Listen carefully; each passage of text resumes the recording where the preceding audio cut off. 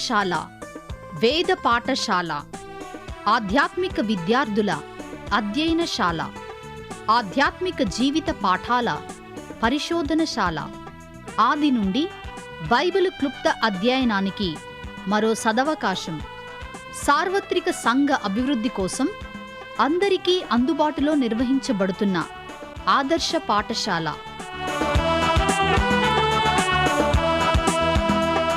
వినండి, వేద పాఠశాలలో పరలోక పాఠాలు.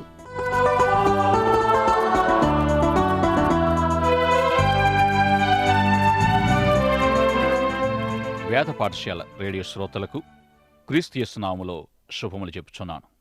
మనం పరిశోధిస్తున్న ఈ ధ్యాన భాగాలు దేవుని వాక్యాన్ని అర్థం చేసుకుని మన జీవితాలకు అన్వయించుకోవడానికి సహాయపడుతున్నాయని విశ్వసిస్తున్నాను. ఈనాటి తరగతిలో గొప్ప ఆత్మీయ పాఠాన్ని నేర్చుకొనబోతున్నాం. నిర్గమాకాండ పరిశోధన భాగములో ప్రజలు, సమస్య మరియు ప్రవక్త అను వాటిని గురించి ధ్యానిస్తున్నాం. ఈ గ్రంథములో దేవుని యొక్క ప్రజలు ఒక ప్రత్యేకమైన దేవుని బిడ్డలుగా రూపొందించబడడం మనం గమనిస్తాం. అంత మాత్రమే గాక వారి యొక్క గొప్ప సమస్యను, అనగా ఐగుప్తు దేశములో కఠినమైన దాస్యపు బంధకములో వారున్నట్లు మనం చూస్తున్నాం. దానికంటే ముందుగా నిర్గమాకాండము 2-3 అధ్యాయాల్లో మోషే అను గొప్ప దైవజనుణ్ణి మనం చూస్తున్నాం. ఇతడు దేవుని చేత పిలువబడిన ఒక ప్రవక్తగా, ఒక విమోచకునిగా, అనగా దేవుని చేత వాడబడుటకు ఒక సాధనంగా ఉండి ఆయన ప్రజలను ఐగుప్తు దాస్యము నుండి విడిపించేవానిగా ఉన్నాడు. అనేకసార్లు మనం చెప్పుకున్నాం, ఈ ఐగుప్తు దాస్యమనేది చరిత్రయేగాక మన పాప దాస్యమునకు కూడా గుర్తుగా ఉంది. ఈ ఐగుప్తు నుండి విడుదలనేది మన రక్షణకు సాదృశ్యంగా ఉంది. అంతమాత్రమే కాకుండా మోషే ఒక విమోచకునిగా దేవుని ప్రజలను వారి పాప దాస్యము నుండి విడిపించుటకు దేవునిచే వాడబడిన ఒక మనుష్య సాధనమునకు గుర్తుగా ఉంటున్నాడు. ఇట్టి వ్యక్తినే ఈ దినాల్లో మనము స్వార్థికుడు లేదా ఆత్మల సంపాదకుడు అని పిలుస్తున్నాం. నిర్గమాకాండము 2-3 అధ్యాయాల్లో మనం గమనించినట్లయితే మోషే విడిపించేవానిగా ఉండుటకు ముందు దేవుడతనికి, నీవు వట్టివాడివి, అటు తర్వాత నీవు సమర్థుడవని, అటు తర్వాత ఒక వట్టివాడు సమర్థునిగా మారినప్పుడు అతనిని దేవుడు ఎలా వాడుకోగలడో అనే పాఠాలు నేర్పించవలసి వచ్చింది. వాటన్నిటికంటే ప్రాముఖ్యంగా మోషేను బలపరచడానికి, ఇశ్రాయేలు ప్రజలను విడిపించే నాయకునిగా ఉండడానికి దేవుడు మోషేకు 4 ఆత్మీయ మర్మాలను నేర్పించాడు. నీవు కూడా ఇతరులను పాపము నుండి విడిపించేవానిగా ఉండాలని ఆశిస్తే దేవుని చేతిలో ఒక సాధనంగా ఉండి, తద్వారా దేవుడు పాప బంధకాల్లో ఉన్న ఇతరులను విడిపించడానికి ముందు నీవు కూడా ఈ ఆత్మీయ సత్యాలను నేర్చుకోవాలి. ఒకవేళ నేను ఈ ఆత్మీయ మర్మాలను తెలుసుకుని ఉండకపోతే ఒక విశ్వాసిగా, ఒక సేవకునిగా జీవించి ఉండకపోయేవాడిని. అందుకే నేను వాటిని పదే పదే జ్ఞాపకం చేస్తున్నాను.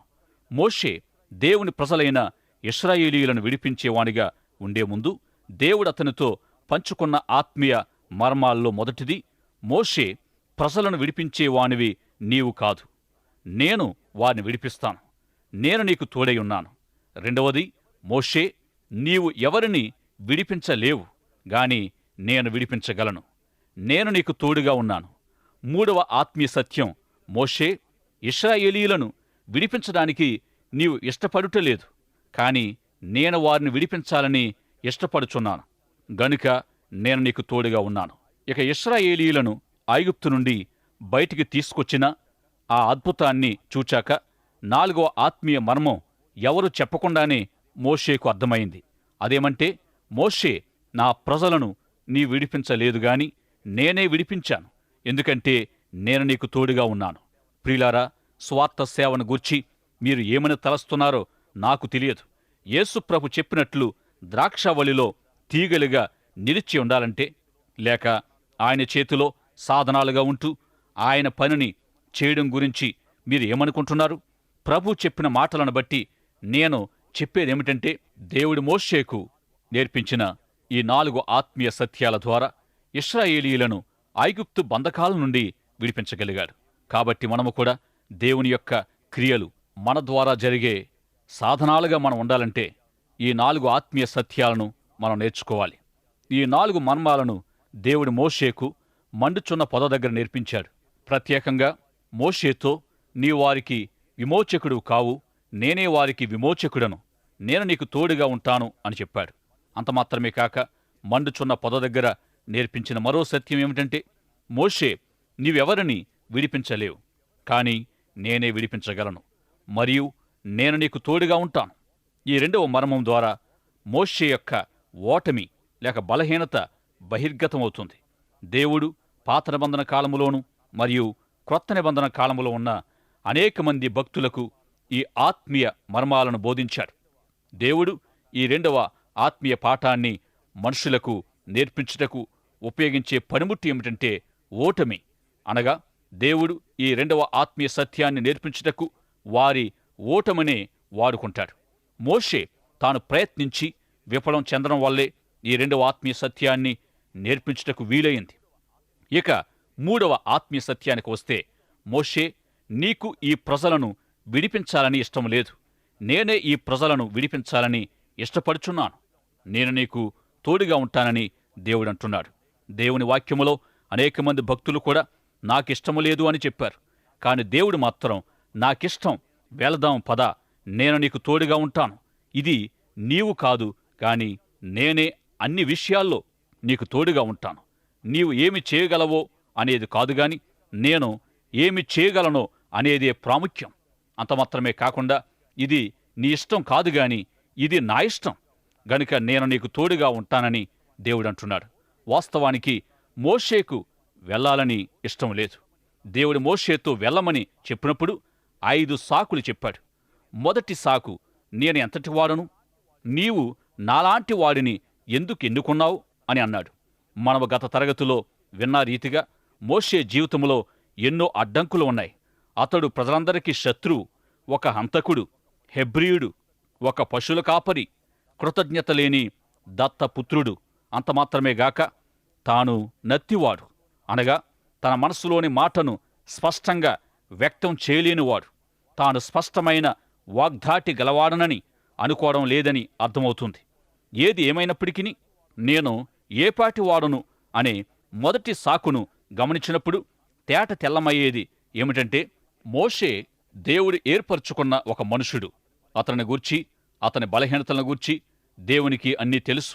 అందుకే అతన్ని దేవుడు ఏర్పాటు చేసుకున్నాడేమో. ఇశ్రాయేలీయుల విడుదల కేవలం దేవుని శక్తి ద్వారానే తప్ప మానవ చమత్కారం వల్ల జరిగింది కాదని స్పష్టంగా రుజువు చేయాలని దేవుని ఉద్దేశం.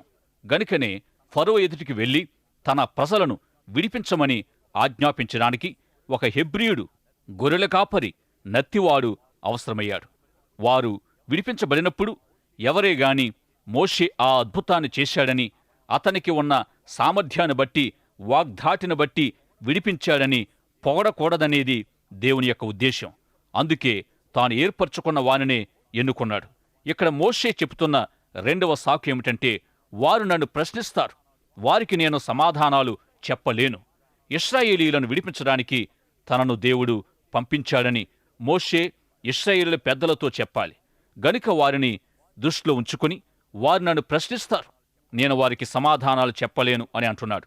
మీరెవరితోనైనా సువార్త చెప్పాలనుకున్నప్పుడు దేవునితో, దేవా, నేను ఏపాటి వాడను, నేను ప్రసంగికుణ్ణి కాదు కదా, నేను ఇతరులతో రక్షణ సువార్తను ఎందుకు చెప్పాలి అని అంటూ ఉంటాం. తరచుగా మనం చెప్పే సాకు ఏమిటంటే, వారు నన్ను వేదాంతపరమైన ప్రశ్నలు వేస్తే నేను సమాధానం చెప్పలేను అని అంటూ ఉంటాం. ఇచ్చట ఆసక్తికరమైన విషయం ఏమిటంటే, మోషే నేనెంతటి వాడను అని మొదటి సాకు చెప్పినప్పుడు దేవుడు మోషేతో, నేను ఏర్పరచుకున్న వ్యక్తివి నీవే, నేను నీకు తోడుగా ఉన్నాను, నీవు నన్ను కలిగి ఉన్నావు అని చెప్పాడు. మరియు మోషే, వారు నన్ను ప్రశ్నిస్తారు, ప్రశ్నలు వేస్తారు, గనుక నేను వారికి జవాబులు చెప్పలేను అని రెండవ సాకు చెప్పినప్పుడు దేవుడు అతనితో, నీవు వారి ప్రశ్నలకు ప్రత్యుత్తరం ఇవ్వవలసిన అవసరత ఏమీ లేదు, నేను నిన్ను పంపించానని చెప్పు, వారి ప్రశ్నలు అన్నిటికీ సమాధానాలు చెప్పడానికి ప్రయత్నించవద్దు, వారితో వాదించవద్దని చెప్పాడు. మోషే చెప్పిన మూడవ సాకు ఏమిటంటే, వారు నన్ను నమ్మరుగాక నమ్మరు. ఈసారి దేవుడు అతనికి ఒక ప్రయోగాత్మకమైన పాఠాన్ని చూపించాడు. మోషే చెయ్యిని అతని రొమ్మున ఉంచుకొని వెలుపలికి తీయమని చెప్పాడు. మోషే అలాగు చేశాడు. అప్పుడు మోషే చెయ్యి కుష్ఠము గలదిగా మారిపోయింది. మళ్ళీ అతని చెయ్యిని రొమ్మున ఆనించుకున్నప్పుడు అది మిగిలిన శరీరం వలె అయ్యింది. అప్పుడు మరలా దేవుడు, నీ చేతిలో ఏముంది అని ప్రశ్నించాడు. అందుకు మోషే గొర్రెలు కాచే కర్ర అని సమాధానమిచ్చాడు. అయితే దేవుడు దానిని క్రింద పడవేయమనగా మోషే అలాగూ పడవేసినప్పుడు అది సర్పంగా మారింది. మోషే పరిచర్య అంతటిలోనూ దేవుడు ఆ సర్పంగా మారిన కర్రను గొప్పగా వాడుకున్నాడు. సమర్పణకు సరైన నిర్వచనం క్రింద పడవేయుట. ఈ సాదృశ్యాన్ని చూపించడం ద్వారా నేను నిన్ను ఎవరి మధ్యకు పంపిస్తున్నానో ఆ ప్రజలు నీ సమర్పణను, ఈ అద్భుతాలను చూచి నీవు నా పనికై సమర్పించుకున్నావని తెలుసుకుంటారు. నేను నీకు తోడై ఉన్నానని నీవు నిరూపించి చూపిస్తే వారు తప్పకుండా నమ్ముతారు. దీని విషయం నీవు చింతించనవసరం లేదు, వారు తప్పకుండా నమ్ముతారు అనెను. అందుకు మోషే, నేను నోటి మాంద్యము గలవాడిని గదా, ఫరో దగ్గరకు వెళ్ళి నా ప్రజలను పంపించమని అడగడానికి నాలాంటి వాడిని ఎందుకు వెళ్ళమంటున్నావు? అహరోను మంచి మాటకారి అనే విషయాన్ని దృష్టిలో ఉంచుకొని మోషే ఈ విధంగా మాట్లాడుచున్నాడు. ప్రియులారా, జాగ్రత్తగా గమనించండి. అహరోను వాక్చాతుర్యము గలవాడని దేవునికి బాగా తెలుసు. దేవునికి ఒకవేళ అహరోనే అవసరమయ్యుంటే అతనినే పిలిచి ఉండేవాడు. ఇక్కడ దేవుడు గొప్ప ప్రశ్న వేస్తున్నాడు. మోషే, మానవునికి నోరిచ్చిన వాడెవడు? మోగవానినే గాని, చెవిటివానినే గాని, దృష్టి గలవానినే గాని, గుడ్డివానినే గాని పుట్టించిన వాడెవడు? యెహోవానైనా నేనే గదా అని ప్రశ్నిస్తున్నాడు. కొంతమందికి మాటలు అంగీకరించాలంటే చాలా కష్టంగా ఉంటుంది. యోసేపు జీవితంలో నేర్పించిన పాఠాన్నే దేవుడు మోషేకు కూడా నేర్పించాలనుకుంటున్నాడు. నీకున్న సామర్థ్యాలన్నీ దేవుని ద్వారా నిర్మించబడ్డాయి. దేవుడు నిన్ను ఎందుకు అలా సృష్టించాడో అర్థం కాకపోవచ్చు, కానీ ఆయన చేయాలనుకున్నట్లే నిన్ను నన్ను సృజించాడు. అందుకు దేవుడు మోషేతో ఇలా అంటున్నాడు, ఒకవేళ నాకు వాక్చాతుర్యము గల వ్యక్తియే అవసరమైతే అలాంటి వ్యక్తినే నేను సృజించి ఉండేవాణ్ణి. చివరిగా మోషే చెప్పిన సాకు విని దేవుడు కోపపడ్డాడు. ప్రతి దైవ సేవకుడు తెలుసుకోవలసిన 4వ ఆత్మీయ మర్మమేమిటంటే, నీవు ఆ ప్రజలను విడిపించలేదు, కానీ నేనే వారిని విడిపించాను. ఎందుకంటే నేను నీకు తోడైయున్నాను. యేసుక్రీస్తు గాడిద పిల్లనెక్కి యెరూషలేములో జయప్రవేశం చేసినప్పుడు జనసమూహము ఓసన్న, ప్రభు పేరిట వచ్చువాడు స్తుతింపబడునుగాక అని కేకలు వేశారు. ఆయన పొగిడారు, గణపరిచారు. ఈ పొగడ్తలన్నీ నాకేనని ఆ గాడిద పిల్ల అనుకుంటే ఎంత హాస్యాస్పదంగా ఉంటుంది. ప్రియులారా, గమనించండి, మనము దేవుని చేతిలో సాధనాలు మాత్రమే. ఇక చివరిగా మోషే నేర్చుకున్న 4 మర్మాలను జ్ఞాపం చేసుకుందాం. మొదటిది, మోషే, ప్రజలను నీవు విడిపించేవానివి నీవు కాదు, నేనే. రెండవది, మోషే, నీవు ఎవరిని విడిపించలేవు గాని నేనే విడిపించగలను. మూడవది, మోషే, నా ప్రజలను విడిపించడానికి నీకిష్టం లేదు గాని నాకిష్టం. నాలుగవది, మోషే, నా ప్రజలను నీ విడిపించలేవు గాని నేనే విడిపించాను, ఎందుకంటే నేను నీకు తోడై ఉన్నాను. ఈ 4 ఆత్మీయ సత్యాలను నేను ఒకవేళ నమ్మనట్లయితే ఒక క్రైస్తవునిగా లేదా ఒక సేవకునిగా జీవించలేను. మనలో చాలామంది రెక్కలు విరిగిన స్థితిలో విశ్వాసంలోనికి వచ్చి ఉన్నారు. ప్రభువైన యేసుక్రీస్తు ఈ రీతిగా చెప్పారు, ప్రయాసపడి భారము మోయుచున్న సమస్త జనులారా నా యొద్దకు రండి, నేను మీకు విశ్రాంతి కలుగుజేతును.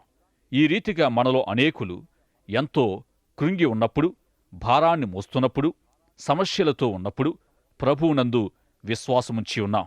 ఒక సేవకునిగా ఈ 4 ఆత్మీయ సత్యాలను నేర్చుకోకుండా దేవుని సువార్తను ఇతరులతో పంచుకోలేం. దేవుడు మనలను సేవకులుగా మరియు విశ్వాసులుగా పిలవడంలో గల ఉద్దేశమేమిటంటే, మనము విమోచకులుగా ఉండడానికి అని గ్రహించాలి. దేవుడు మనల్ని ఒక మనుష్య సాధనంగా ఉండడానికి ఆశిస్తున్నాడు. తద్వారా అనేకులు తమ పాపాల నుండి విడిపించబడతారు.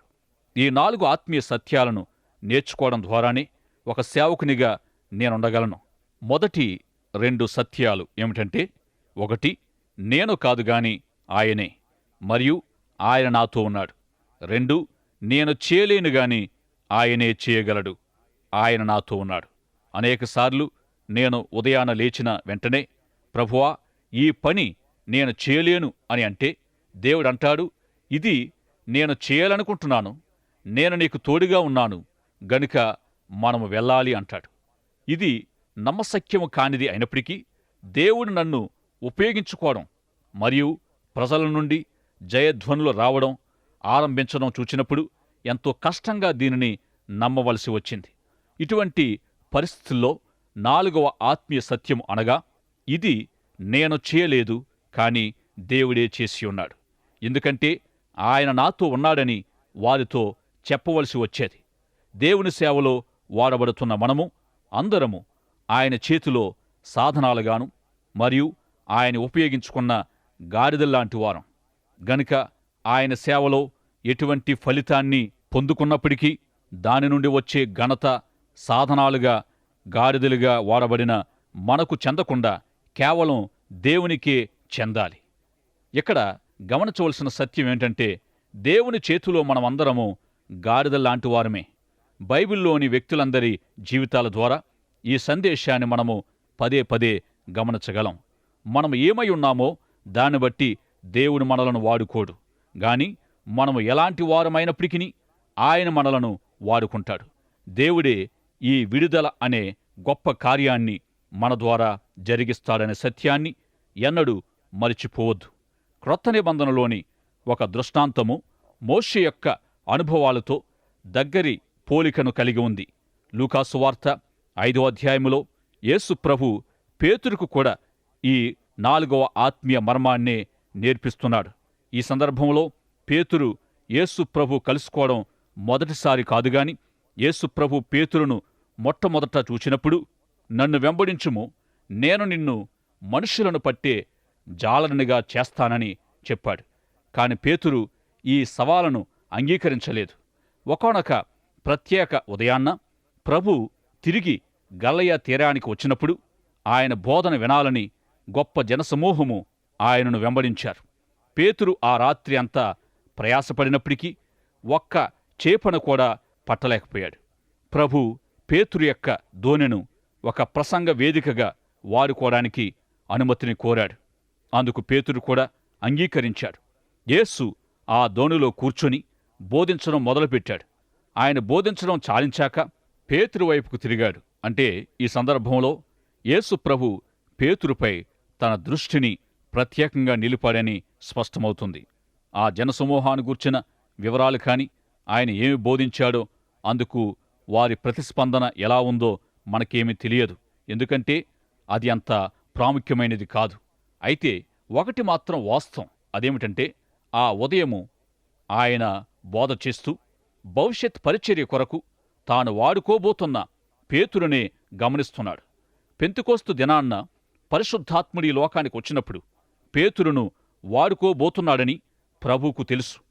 ఈ మనుషుడు ఒకానొక దినాన్న యెరూషలేము వీధులలో నడుస్తాడని, పేతురు నీడ అనేక రోగులపై పడడం వలన స్వస్థత పొందుతారని, అనేకులు మోకాళ్లపై మరియు చేతులపై ప్రాకుచు అతనిని వెంబడిస్తారని కూడా యేసుకు తెలుసు. పేతురు తన వలలు బాగుచేయుచున్న సమయంలోనే యేసుకు ఇవన్నీ తెలుసు. ఇప్పుడు ఒక సవాలుతో కూడిన ప్రశ్న ఏమిటంటే, ఒక్క చేపను కూడా పట్టలేని పేతురుని మనుషులను పట్టగల జాలరిగా ఎలా మార్చగలడు? ఇతడు రాత్రంతా ప్రయాసపడి ఒక్క చేపను కూడా పట్టలేక మోషేలాగా ఓడిపోయిన స్థితిలో ఉన్నాడు. ఇటువంటి స్థితిలో లూకాసు వార్త 5వ అధ్యాయం 10వ వచనములో ప్రభు చెప్పిన వాక్కులను మనం గమనిద్దాం. అందుకు యేసు, భయపడకుము, ఇప్పటి నుండి నీవు మనుషులను పట్టువాడవై ఉందువని సీమోనుతో చెప్పాను. అనగా, పేతురు, నీవు ముందు నన్ను వెంబడించు, మనుషులను ఎలా పట్టుకోవాలో నేను నీకు నేర్పిస్తాను అని అంటున్నాడు. చేపలు పట్టలేని పేతురును మనుషులను పట్టేవానిగా చేయడానికి ప్రభు ఈ 4వ ఆత్మీయ మర్మమును నేర్పించవలసొచ్చింది. మొదటి ఆత్మీయ సత్యమేమిటంటే, పేతురు, నీవు జాలరివి కావు, నేనే జాలరిని, మరియు నేను నీ దోణిలో ఉన్నాను అని ప్రభు చెప్పారు. చివరిగా ప్రభు యొక్క సలహా ప్రకారము చేపలు పట్టడానికి వారు వెళ్ళినప్పటికీ పేతురుకు ఏమాత్రం ఇష్టం లేదు. వారు సముద్రములోనికి వెళ్ళినప్పుడు ప్రభు అన్నాడు, చేపలు పట్టుటకు మీ వలలు వేయుడి. అనగా అందుకు పేతురు, ఏలినవాడా, రాత్రంతయు మేము ప్రయాసపడితిమి, కాని మాకేమీ దొరకలేదు. కొంత సమయం తర్వాత పేతురు ఆయనను నీ మాట చెప్పున వలలు వేతుమని పలికాను. తద్వారా ఏమి జరిగిందో మీకు తెలిసిందే. వారు వేసిన వలలు చేపలతో నిండి పిగిలిపోవడం వలన ఆ దోణె మునిగిపోయే పరిస్థితి ఏర్పడినందున వారి పాలివారు వచ్చి సహాయం చేయవలసొచ్చింది. ఇక్కడ యేసు ప్రభు పేతురుకు ఒక ఆత్మీయ పాఠాన్ని నేర్పిస్తున్నాడు. అదేమంటే, పేతురు, నీవు మనుషులను పట్టే జాలరిగా ఉండాలంటే నీవు ఒక విషయాన్ని అర్థం చేసుకోవాలి. అదేమంటే, ఆ జాలరివి నీవు కాదుగాని ఆ జాలరిని నేనే. ఈ రీతిగా ఏ మనుషుణ్ణి పట్టలేవు, కనీసం చేపలను కూడా పట్టలేవు. నీవు మనుషులను పట్టలేవు, కాని నేను మాత్రమే పట్టగలను. పేతురు, నేను నీ యొక్క దోణిలో ఉన్నాను, నీకు మనుషులను పట్టుటకు ఇష్టము లేదు అని ప్రభు పలికారు. ఇక్కడ మనం గమనించవలసిన విషయం ఏమిటంటే, మోషే ఏ రీతిగా ప్రజలను విడిపించుటకు ఇష్టపడలేదో అదే రీతిగా పేతురు కూడా చేపలు పట్టుటకు ఇష్టపడుటలేదు. కాని ప్రభు తాను ఇష్టపడుచున్నట్లు పేతురుతో చెప్పారు. పేతురు జీవితానికి సంబంధించి ఈ 4వ ఆత్మీయ సత్యాన్ని అపోస్తుల కార్యముల గ్రంథములో మనం గమనించగలం. ఇక్కడ పేతురు మనుషులను పట్టే జాలరిగాను క్రొత్త నిబంధన సంఘం యొక్క గొప్ప నాయకునిగా మారినట్లు మనం గమనిస్తాం. పెంతెకోస్తు దినాన్న పేతురు చేసిన ప్రసంగాన్ని విని ఒకే రోజు 3000 మంది రక్షించబడ్డారు. ఈ రీతిగా అతడు మనుషులను పట్టే గొప్ప జాలరిగా ఉంటున్నాడు. ఇంతకు అతడు మనుషులను పట్టడం ఎలా నేర్చుకున్నాడు? దీని యొక్క జవాబును లూకా సువార్త 5వ అధ్యాయములో మనం చూస్తాం. ప్రభు ఈ 4వ ఆత్మీయ సత్యాన్ని నేర్పించినప్పుడు అతడు నేర్చుకోగలిగాడు. అదేమంటే, పేతురు, నీవు జాలరివి కావుగాని నేనే ఆ జాలరిని. పేతురు, నీవు మనుషులను గాని చేపలను గాని పట్టలేవు, కాని నేను మాత్రమే పట్టగలను. పేతురు, నీకు పట్టాలని ఇష్టములేదు, కాని నాకు మాత్రం ఇష్టముంది. ఇక చివరి సత్యము ఎవరు చెప్పకుండానే పేతురుకు అర్థమైంది. అదేమంటే, పేతురు, నీవు పట్టలేదు కాని యేసు ప్రభువే పట్టారు. ఎందుకంటే ఆయన నీ దోణిలో ఉన్నాడు. మనము కూడా దేవుని కార్యాలు మన ద్వారా జరగాలని ఆశిస్తే ఈ 4 ఆత్మీయ సత్యాలు మన జీవితాల్లో ఎంతో క్లిష్టంగా ఉంటాయి. మోషే యొక్క పిలుపు, తీర్మానము, పేతురు యొక్క పిలుపు మరియు తీర్మానము ఒకే విధంగా ఉండడం మనం గమనిస్తాం. దేవుని ఉద్దేశాలను దేవుని ప్రణాళిక చొప్పున చేయడానికి, దేవుని ప్రజల ద్వారా దేవుని శక్తిని వినియోగించడం దేవుని యొక్క ఉద్దేశం. ఈ రీతిగా దేవుని ఉద్దేశం నెరవేర్చబడడానికి ఆయన బిడ్డలు తప్పకుండా ఈ 4 ఆత్మీయ మర్మాలను నేర్చుకోవాలి. చివరిగా ఒక ఉదాహరణ చెప్పి ముగిస్తాను. ఒక నావికుడు ఉన్నాడు. అతడు ఓడలను రేవుకు నడిపించుటలో ఎంతో నైపుణ్యత గలవాడు. అతని ఇంటిలో, తన గదిలో ఒక నల్ల పెట్టె ఉండేది. అతడు తన పనికి వెళ్లకముందు ప్రతిరోజు ఉదయం ఆ నల్ల పెట్టెను తెరచి ఆ పెట్టెలో నుండి చిన్న కాగితపు ముక్కను తీసి దానిని ఎంతో ఆప్యాయంగా చూచుకునేవాడు, చదువుకునేవాడు. ఆ తర్వాతనే తన పనిలోనికి వెళ్ళేవాడు. ఇలా ప్రతిరోజు అనేక సంవత్సరాలుగా చేస్తూ ఉండేవాడు. ఆ కాగితములో ఏమి వ్రాసి ఉందో తన భార్యతో కూడా చెప్పలేదు. ఆ వృద్ధ నావికుడు చనిపోయిన తర్వాత అతని భార్య ఆ నల్లపెట్టె తెరచి కాగితాన్ని చదివింది. ఆ కాగితములో ఓడరేవు ఎడమవైపున ఉంది, చుక్కాని కుడివైపున ఉంది అని వ్రాయబడింది. అంటే ప్రతిరోజు ఓడ నడిపించడానికి వెళ్ళకముందు ఈ మాటలు తనకు తెలిసిన విషయాలే అయినప్పటికీ ఆ ఓడ నావికుడు ప్రతిరోజు ఈ 2 మాటలను జ్ఞాపకం చేసుకునేవాడు. గనుక ప్రియ సోదరా, సోదరి, నీవు నేను కూడా యేసు ప్రభు నేర్పించిన ఈ 4 ఆత్మీయ సత్యాలను జ్ఞాపకం చేసుకుంటూ ఉండాలి. అవి ఏమిటి అనగా, 1, నేను కాదుగాని ఆయనే చేయగలడు. 2, నేను చేయలేను గాని ఆయనే చేయగలడు. 3, నాకు చెయ్యాలని ఇష్టం లేదు గాని ఆయనే ఇష్టపడుచున్నాడు. 4, ఇది నేను చేయలేదు గాని ఆయనే చేశాడు. మోషే నేర్చుకున్న ఈ 4 సత్యాలను మీరు కూడా నేర్చుకున్నారని నేను విశ్వసిస్తున్నాను. దయచేసి తరల వంచండి, ప్రార్థన చేసుకుందాం. ప్రేమ కలిగిన దేవా, ఇంతవరకు మోషేకు, పేతురుకు నేర్పించిన 4 ఆత్మీయ పాఠాలను మా శ్రోతలకు నేర్పించినందుకు వందనాలు చెల్లిస్తున్నాం. ఈ 4 ఆత్మీయ అనుభవాల్లోనికి మా ప్రియులను నడిపించుమని, ఎల్లవేళలా మీకు మహిమ ఘనతలు చెల్లించేవారుగా చేయమని యేసు నామములో ప్రార్థిస్తున్నాము పరమ తండ్రి. ఆమెన్.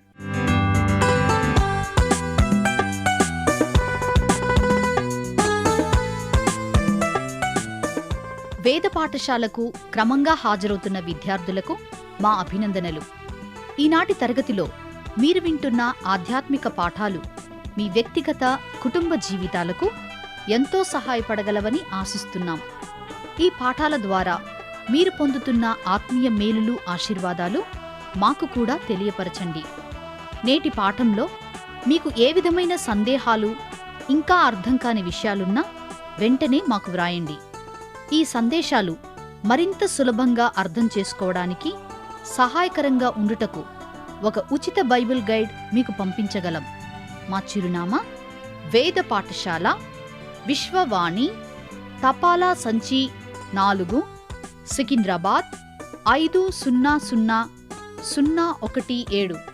మా చిరునామా మరోసారి: వేద పాఠశాల, Vishwavani, post box number 4, Secunderabad 500017.